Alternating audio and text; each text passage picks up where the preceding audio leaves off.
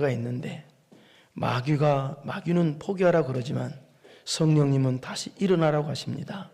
다시 일어서서 하나님 말씀 붙잡고 승리하는 성도 되게 하옵시고, 오늘 또 세상에서 이리 치고 저리 치고 성도가 왔습니까? 주여 말씀으로 세임받게 하옵시고, 말씀으로 무기 삼아서 세상에 나가 승리하는 성도들 되게 하여 주옵소서. 모든 영광 하나님께 돌립니다. 예수님의 이름으로 기도드리옵나이다. 아멘. 오늘 하는 이 누가복음서는요, 예수님은 온전한 하나님이시다, 예수님은 인간이시다.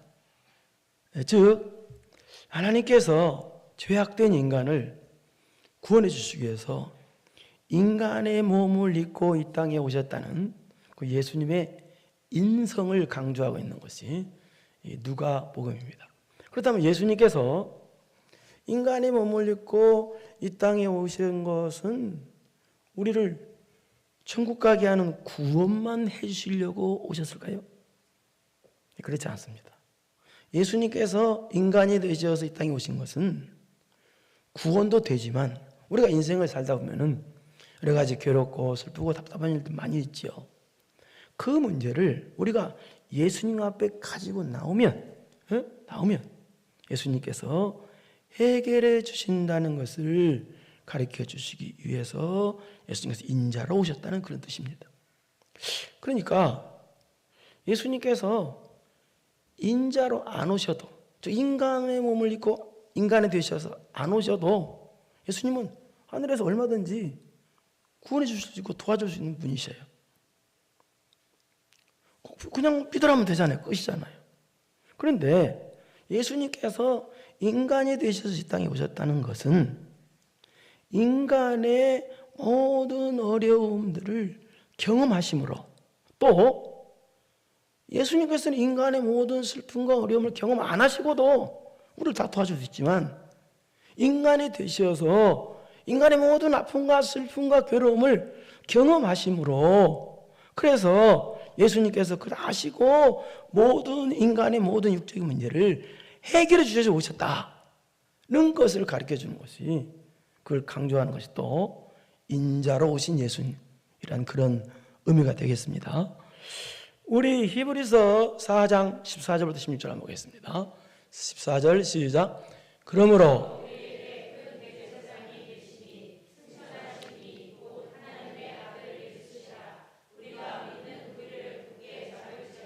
우리에게는 큰 대제사장이 계시다. 우리에게 이 큰 대제사장이 계시다, 이 뜻은 이 뜻입니다. 예수님께서 십자가로 우리 모든 죄악을 다 사해 주시는 분이라고 선포하신 분이다라는 그런 의미가 있어요. 그리고 그렇게 예수님께서 우리 죄를 다 사해 주시고 그 다음에 어떻게 되었어요? 승천하시니라고 했어요. 그럼 예수님께서 승천하셨으면 우리를 이 땅에 사는 우리는 안 도와주시느냐? 그렇지 않습니다. 여기 큰 대제사장이란 뜻은 우리를 위한 영원한 중보자라는 의미가 있어요.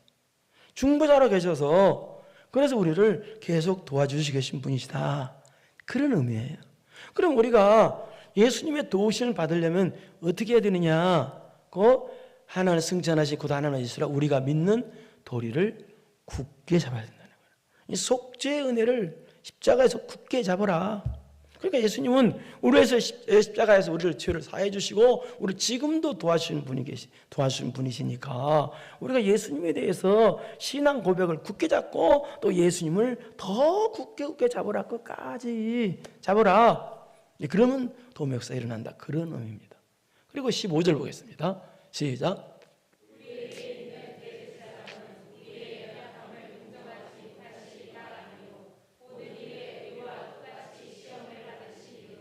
네, 죄는 없으세요. 우리에게 있는 대제사장은 설명했으니까 우리의 연약함을 동정하지 못하실 리가 아니라 동정하신다는데, 여기 동정은 어떤 동정이냐? 감정적으로만 동정이 아니라 실제적으로 도우시는 동정이에요. 그러니까 여기 보니까 예수님은 우리의 연약함을 다 아시고 우리의 연약함을 도우실 수 있는 분이시다라는 뜻이에요. 연약함을 동정하지도 않으신 거 아니죠. 이거 동정하시. 왜 그러느냐? 왜 그렇게 그러면 예수님이 우리의 연약함을 도우실 수 있는 분이 왜 이렇게 됐느냐? 우리와 똑같이 시험을 받으셨기 때문이다. 이 말은 무슨 말이냐? 예수님은 우리 인간과 똑같은 인간이 되셔서 우리 인간이 당할 수 있는 모든 어려움을 경험하신 분이다라는 뜻이에요. 그러니까 예수님은 인간이 되셔서 인간의 몸을 입고 이 땅에 오셨잖아요. 인간이 되셔서. 그러니까 오셔서 우리의 모든 어려움을 경험하신 분이기 때문에 우리를 온전히 도와주실 수 있는 분이다라는 뜻이에요. 그런데 방금 전에 냈습니다만, 근데 예수님은요, 인간이 안 되시고도, 인간으로 안 오시고도 하늘에서 그냥 믿어라. 그럼 구원이다. 그럼 끝이에요. 그럴 필요 없어요. 그런데 굳이 예수님께서 인간이 되셔서 이 땅에 오신 것은, 그것은 우리 인간이 당하는 모든 어려움을 경험하시고, 그러니까 우리의 형편과 처지를 다 아시기만 하시고 끝나시는 것이 아니라 우리의 모든 어려움을 직접 해결해 주신다는 그런 뜻이 바로 인자로 오셨다라는 뜻이 이 뜻이에요. 이해하시겠습니까? 그러니까 예수님은 우리 모든 형편과 처지를 다 아시고 끝나는 게 아니라 우리를 그 직접 해결해 주시고 오신 분이시다. 그러니까 그분은 어떤 분이냐? 바트니 이르되 죄는 없으신 분이시다. 이 말은 죄는 결코 지을 수 없는 분이시다. 죄를 지을 수 있어조차도 없으신 분, 그런 분이시다라는 뜻이에요. 그런데 이런 분이 동정 설명했죠. 그럼 우리를 도와주신단 말이에요. 근데 그 도우심의 은혜를 받으려면 그럼 어떻게 해야 되느냐? 도우심의 은혜를 받으려면 은혜를 어떻게 해야 되느냐? 여러분 꼭 도우심의 은혜가 여러분이 있길 바랍니다. 그럼 누구를 도와주냐? 그 16절에 보세요. 이런 사람을 도와준다는 거예요. 시작.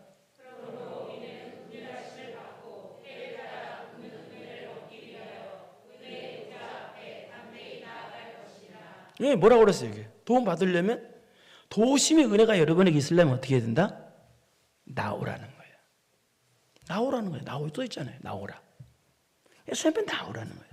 예수님은 도우심의 은혜를 주시는 분이신데 걱정하지 말고 은혜의 보좌 앞에 담대히 나오라는 거예요. 이 말은 거지처럼 종처럼 나오지 말고 자식처럼, 부모의 자식처럼 나와서 담대히 구하라는 거예요. 회개할 때도 진실을 회개하고 구할 때 담대히 구하라. 그러니까 제가 여기서 여러분에게 늘 예배당에 나와라, 교회 나와라, 은혜 그거예요. 안 나오는데 어떻게 은혜가 있겠습니까, 여러분? 여러분이 그 예배당에 나왔다는 자체가 바로 하나님의 도우심의 은혜 앞으로 나오는 거예요. 그러니까 이 말은 무슨 말이냐? 여러분이 나오는 육적인 수고를 안 하면, 예배당에 나오는 수고, 예배로 나오는 이런 육적인 수고를 안 하면 도우심의 은혜는 없다라는 뜻입니다. 그 뜻이에요, 이게. 그러니까 여러분이 도움 받아야 되잖아요. 나 주의 도움 받고자 주 예수님. 그런데 노래는 잘하는데 예배당은 안 나와. 안 도와주면 있을 수가 없는 일이, 앞뒤가 안 맞잖아요.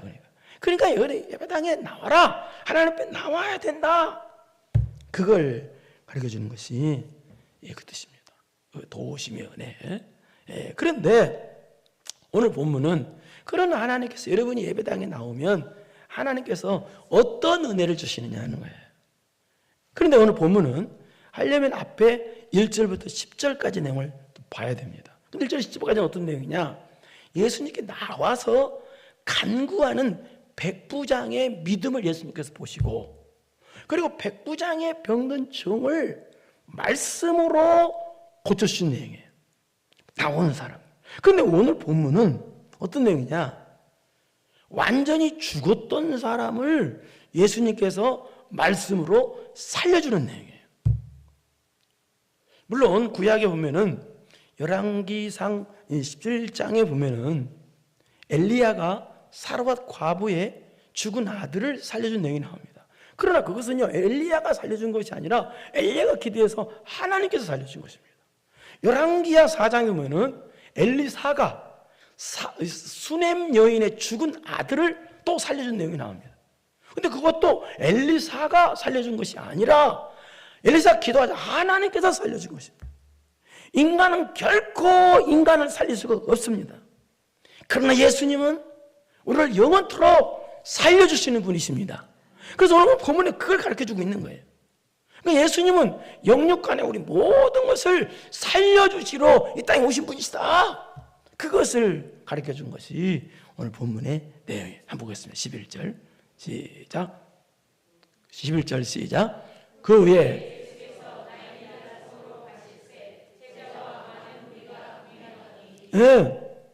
예수님께서 왜 나인이라는 성으로 가셨을까요? 그것은 나인성에 있는 불쌍한 사람을 문제를 해결해 주러 살려주러 가신 거예요.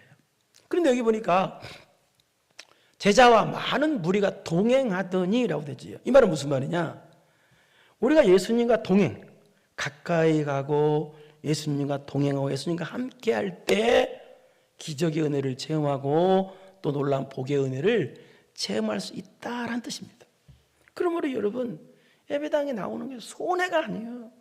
뭐 하늘문이 열린 거예요. 믿습니까? 모든 영 하나님께 돌립시다. 이게 은혜 앞에 나왔으니까 그런 뜻입니다. 그러니까 예수님께 가까이 나오면 가까이 갈수록 그 은혜란 얘기예요. 예? 믿습니까? 예. 12절 시작.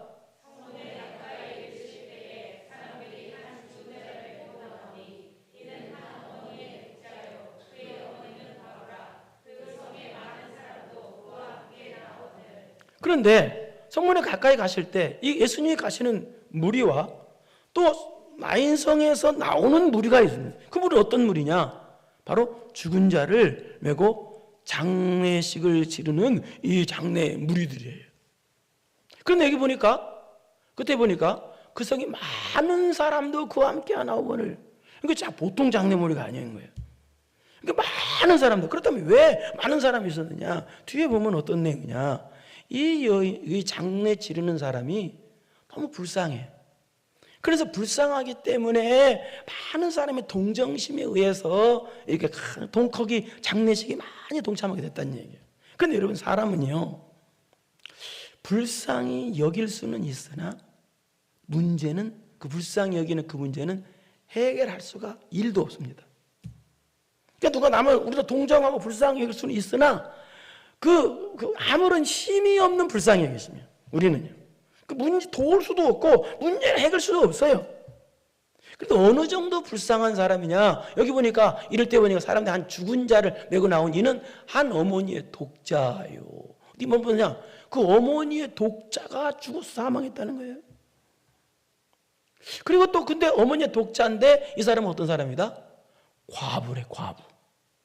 이 당시 여성이 생계를 꾸려나가는 것은 여성 혼자 생계를 꾸려가는 것은 거의 불가능할 때였습니다. 아니 불가능해요. 여성 혼자가 생계를 꾸려나가는 거. 옛날에 시골에서도 그 어떤 집 보면은 남편이 일찍 사망해서 여성이 혼자 그 집을 꾸려나가는 집 보면은 아주 힘든 걸 봤었어요. 그러니까 이 여인도 남편이 있었는데 남편이 사망한 거예요. 그래서 이제 그런데 자식 한 명이 있어요. 그 자식에다 이제 모든 소망을 뒀지 않겠어요? 그래서 자식에다 모든 소망을 두고 그 자식만 바라보고 있었는데 그 자식까지 사망을 한 거예요. 그러니까 이 여인은 인간이 감당할 수 없는 극악한 슬픔과 절망 가운데 빠지게 된 거예요. 장례식을 2번이나 치르니까 남편의 장례식을 치르니까 얼마나 또 이제 자식 장례식까지 치르니까 이건 뭐 보통 일이 아니죠. 그래서 나인성에 사는 사람들이 참 불쌍히 여겨서 장례 무리에 많은 사람들이 동참을 하게 된 것입니다. 그런데 다시 말하지만 방금 전에 했습니다만 사람은 불쌍히 여기는 것까지뿐이 못해요. 그 이상은 안 돼. 사람은. 왜? 능력이 없는 불쌍히 여김이야. 그 불쌍히 여김 속에 아무것도 할 수 없어. 그냥 불쌍히 여길 뿐이야. 사람은. 그런데 예수님께서는요 그 장례 행렬을 보시고 13절 어떻게 하나 보겠습니다. 시작.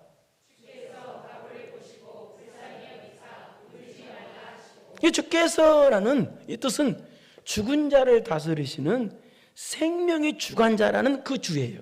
주께서 과부를 보시고 예수님께서 여러분들 보시거든요.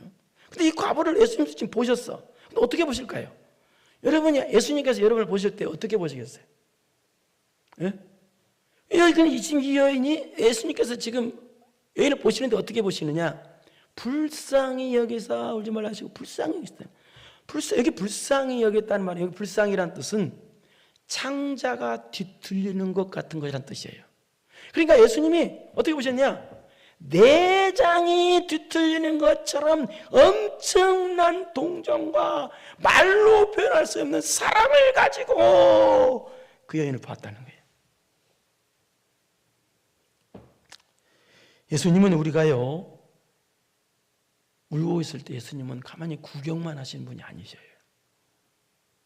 우리가 울 때 예수님은 함께 울어주시는 분이세요.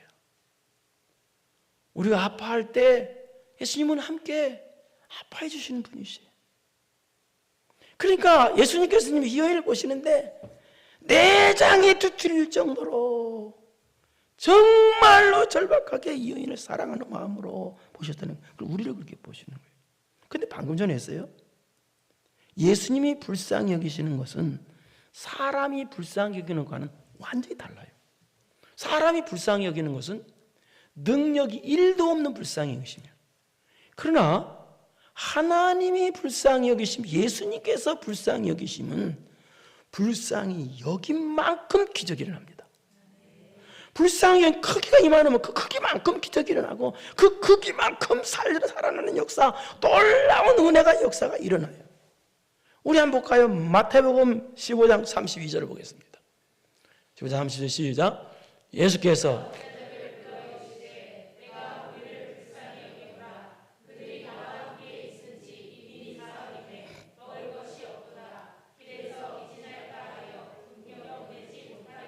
예수님 불쌍히 여기니까 이게 무슨 말이냐? 보리떡 5 물고기 2마리로 장정만 5,000명 이상 모이고 또 12관계로 남는 엄청난 기적이 일어났다는 거예요. 마태복음 20장 34절 보겠어요. 불쌍히 여기시니까 시작.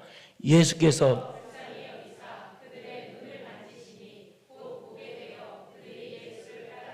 여기 보니까 어때요? 예수님께서 불쌍히 여기니까 뭐예요? 반드시 뭐가 따라와요? 기적이 따라와요. 기적이. 예수님 불쌍히 여기시니까 오병이의 기적이 일어나고 예수님께서 불쌍히 여기시니까 눈먼 자들이 눈 뜨는 기적이 일어나요. 다 그렇게 돼 있어요. 그렇다면 하나님께서 여러분을 불쌍히 여겨주셔야 되는데 여러분을 불쌍히 여기셨다는 뜻은 무슨 뜻이에요? 여러분에게 회복되는 기적의 은혜가 나타나기 시작했다는 뜻이에요. 그러면 누구에게 불쌍히 여기시느냐? 누구를 불쌍히 여기시느냐? 답은 딱 한 가지예요. 예수님 앞에 나오는 사람. 여러분들, 물론 이 여인이 예수님 앞에 어떻게 나왔어요? 장례 치르다 나왔어요. 슬픈 상황에서 어쩔 수 없이 나온 거예요. 그러나 어쩔 수 없이 나왔던, 이렇게 나왔던, 저렇게 나왔던, 나온 건 나온 거예요. 여러분의 인생을 살다가 사업 실패 때문에 나왔던, 가정 문제 때문에 나왔던, 건강 문제 때문에 나왔던, 누구한테 끌려서 나왔던, 어쨌든 나온 건 나온 거예요. 이렇게 나왔던, 저렇게 나왔던, 나온 건 나온 거예요. 이렇게 나올 때 예수님께서는 불쌍히 여기시는, 기적의 불쌍히 여기시는, 능력의 불쌍히 여기심을 주신다는 얘기입니다. 믿습니까? 이렇게 불쌍해요. 이게 믿는 거예요. 나 불쌍히 여길 거야. 그러지 말아요. 그건 자꾸 사탄마귀가 자꾸 부정적인 생각을 자꾸 주는 거예요. 예?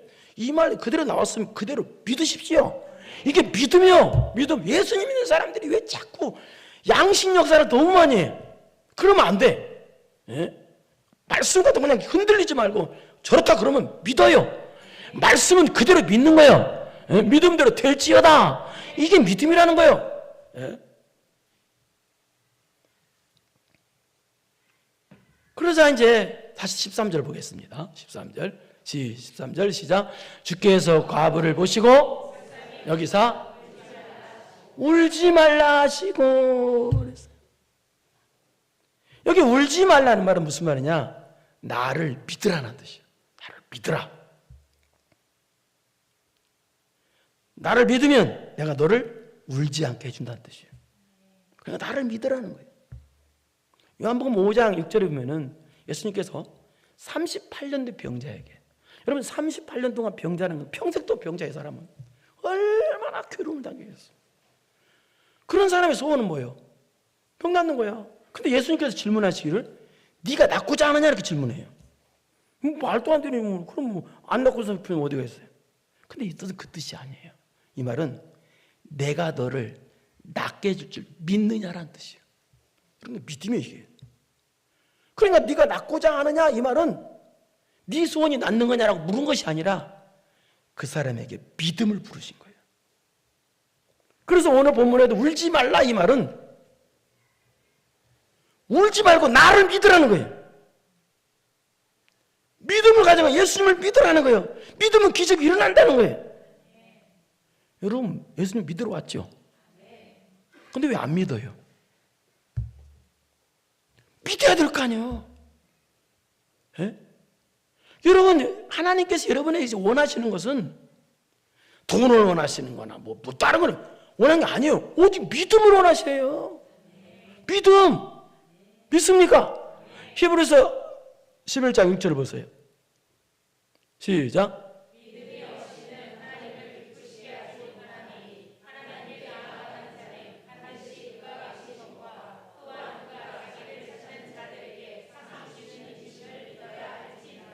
찾는 자들에게 뭐 준대요?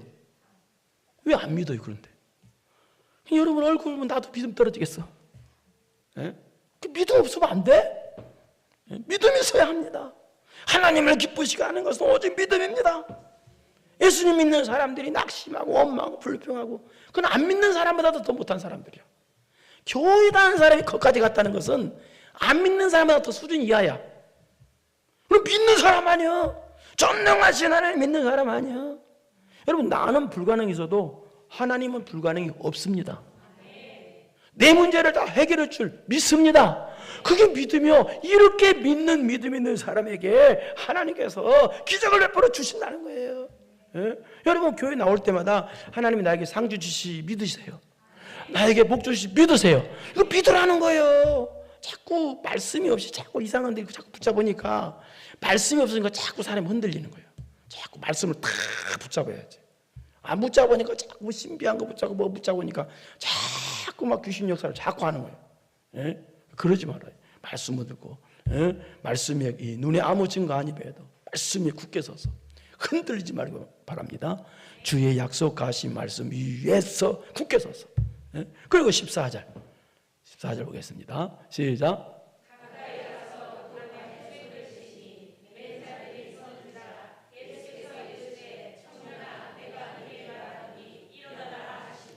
이게 유대인이 아니면 좀 잘 모르는 말인데요. 우리는 사람이 사망하면 관을 가족들도 되고 또 가까운 사람도 관에다 손을 댈 수 있거든요. 근데 이 당시 유대 사회에서는요, 사람이 사망하면 이 관은요, 그 관에다 손을 대면 안 되는 이유가 관은 죽은 자가 있대잖아요. 그래서 죽으면 또 부정하는 것을 상징하기 때문에 부정한 자가 되기 때문에 유대인들은요, 이 가족들조차도 관에다 손을 안 대요. 안 돼. 근데 거기 이제 장례 치르는 사람, 만지는 그 사람들은 끝나고 나서 정결 예식을 또 치러야 돼. 그 빼놓고는 어떤 사람이 만질 수가 없어요. 그러니까 예수님께서 가까이 가시는 것까지는 이해를 돼. 이 당시는. 근데 관에다 손을 대는 것은 전혀 이해를 못하는 행동이에요. 예수님께서. 그리고 죽음이 부정하다고 하는 것은요, 왜냐하면 우리가 죽음이 왜 왔어요? 죄 때문에 왔잖아요. 네? 죄 때문에 왔기 때문에 레위기서 11장 보면은 죽음과 접촉하지 말라고 돼 있어요.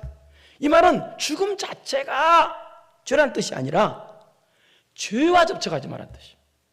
그러니까 예수님께서 관에다가 손을 대셨다. 여기 보니 가까이서 그 관에 손을 대시니 이 대셨다는 뜻은 예수님은 우리의 모든 죄를 사하시고 깨끗게 하시고 용서해 주시고 다 씻어주시는 분이라는 걸 가르쳐 주시기 위해서. 즉 예수님은 죄를 완전히 해결해 주신 분이 예수님이라는 것을 가르쳐 주시기 위해서 관에 손을 대신 거예요. 또 예수님은 이렇게 죄인까지도 사랑하신다는 의미로 관에 손을 대신 거예요. 또 예수님은 관에 손을 대신 것은 장래 행렬을 멈추라라는 신호였었대요. 그런데 이 당시 유대인의 장례는요, 시신은 세마포로 감쌉니다. 그리고 얼굴은 수건 같은 것을 덮고요. 그리고 뚜껑 없는 관에다가 시신을 운반합니다. 그러니까 시신이 다 보여. 그런데 그 시신 보이는 시신 앞에 예수님이 서셔서 뭐라고 말씀하시느냐? 청년아, 내가 네게 말하노니 일어나라 하시니. 방금 전에 됐습니다. 구약의 엘리야나 엘리사나 신약의 베드로나 바울사도도 죽은 자를 다 살렸습니다. 그러나 그 사람이 살렸습니까? 아니에요. 하나님께서 살렸어요. 인간은 절대 사람을 살릴 수가 없어요. 그러나 예수님은 하나님이시고 전능자시죠. 그렇기 때문에 예수님의 말씀 한마디에, 명령 한마디에 죽은 자도 살릴 수가 있으신 분이 예수님이십니다. 그렇기 때문에 예수님께서 청년아, 내가 말하노니 일어나라고 하신 것입니다. 여러분, 우리는 예수님은요, 하나님은 우리를 두 가지를 살려주시는데요, 첫째는요, 오늘 본문처럼 우리 육적인 것도 살려주세요. 육적인 거, 육적인 부분도 다 살려주세요. 믿으세요. 이거 살려주세요. 그 다음에 살려주시고 또 뭘 살려주느냐? 우리 죽었던 영혼도 살려주세요. 두 가지 살려주세요. 죽었던 영혼을 살려주는 것은 뭐냐? 우리를 거듭나게 신난 뜻이에요. 그러니까 예수님을 별로 안 믿는 사람이 오늘 갑자기 막 예수님만 붙잡고 예수님만 위해 사는 사람으로 막 변화되고 거듭나잖아요. 이것이 죽었던 영혼을 살린다는 뜻이에요. 그러니까 예수님은 두 가지를 살려주시는데 우리 육적인 부분, 육적인 것들도 다 살려주시는 것과 동시에 또 우리 죽었던 영혼까지 다 예수님은 살려주시는 분이시다. 그러자 청년아 일어나라 하시면 어떻게 되느냐? 15절 시작.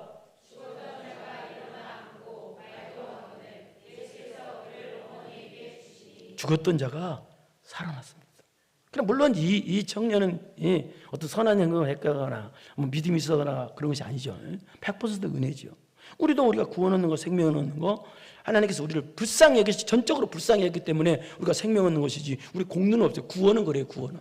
그러나 상급은 행위로 받는 것이고 구원은 다 은혜예요. 그러니까 100% 은혜죠. 그냥 살아나니까 어떻게 했어요? 말도 하고, 살아난 증거로 말도 하고. 예수께서 그를 어머니에게 주셨다. 이 말은 예수님께서 그에게 너 가서 이제 네 어머니를 잘 모시고 신앙생활 잘하는 성도 되어라, 그렇게 하셨다는 거예요. 그러자 16절 시작. 모든 사람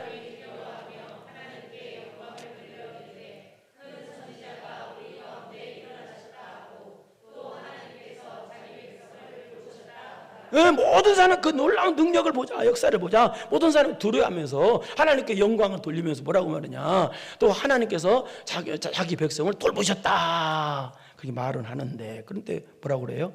예수님을 갖다가 큰 선지자라고 말해요.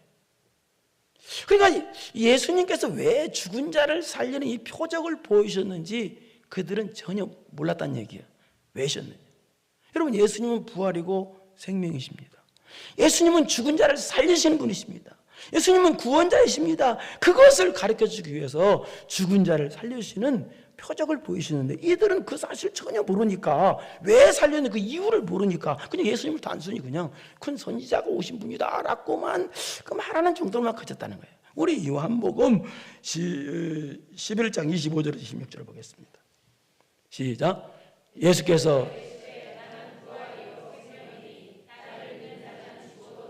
26절 무릇 살아서 나를 믿는 자는 영원히. 여러분, 예수님은 부활이고 생명인 줄 믿습니까? 내가 살아서 지금 믿으면 영원토록 살려줄 줄 믿습니까? 예수님만이 날 살려주십니다. 그러므로 사랑하는 성도 여러분, 예수님은 부활이고 생명이셔요. 우상들처럼 죽은 게 아니에요. 지금도 영원토록 살아계신 분이에요. 그리고 그 예수님은요, 지금도 계속해서 우리를 살려주고 계시는 분이셔요. 우리 육적인 부분도 살려주시고요, 우리 죽었던 영혼까지도 살려주시는 분이셔요. 지금도 계속 이 생명의 역사는 일어나고 있어요. 네, 지금도. 그럼 어떻게 할 때 살려주셔요? 우리가 하나님께 나올 때. 그리고 어떻게 할 때, 두 번째는 나를 살려준다는 예수님을 믿을 때. 그러니까 여러분이 예배당에 나왔다는 이 자체가 지금 하나님의 놀라운 은혜 앞에 나온 것이고, 여러분이 믿고 있다는 자체가 놀라운 은혜 앞에 서 있다는 뜻이에요. 그러니까 우리가 예배당에 나왔다는 자체가, 또 여러분이 믿고 믿는 자는 자체가 바로 여러분을 지금 살리고 있는 거예요. 어떻게 생각하면요? 놀라운 은혜 가운데 있는 거예요. 그러면 여러분, 나를 살려주시는 예수님 앞에 나오고 나오는 은혜가 있길 바랍니다. 믿고 믿는 은혜가 있길 바랍니다. 그래서 2025년도에는 여러분 가정이나 여러분 직장이나 여러분 사업장이나 여러분 개인이나 사는 역사가 날마다 있기를 축원합니다. 걸어가시고 내려오신 아버지 하나님 감사합니다. 예수님 앞에 나오면 사는 역사가 있습니다. 육적인 것도 살려주시고 영적인 것 죽었던 영혼까지도 살려주십니다. 예수님 앞에 나오고 나오는 은혜가 있어서 사는 역사가 2025년에는 있어지는 성도들 되게 하여 주옵소서. 예수님의 이름으로 기도드리옵나이다. 아멘. 이제는 우리 구주 예수 그리스도의 은혜와 전능하신 하나님 아버지의 무한하신 사랑하심과 성령님의 교통교제 감동 감화하심이 예수 앞에 나와서 영육간에 사는 역사 있기로 암기비 결단하고 돌아가는 사랑하고 사랑하는 성도들 머리머리 위에 이제로부터 영원토록 함께 있을지어다.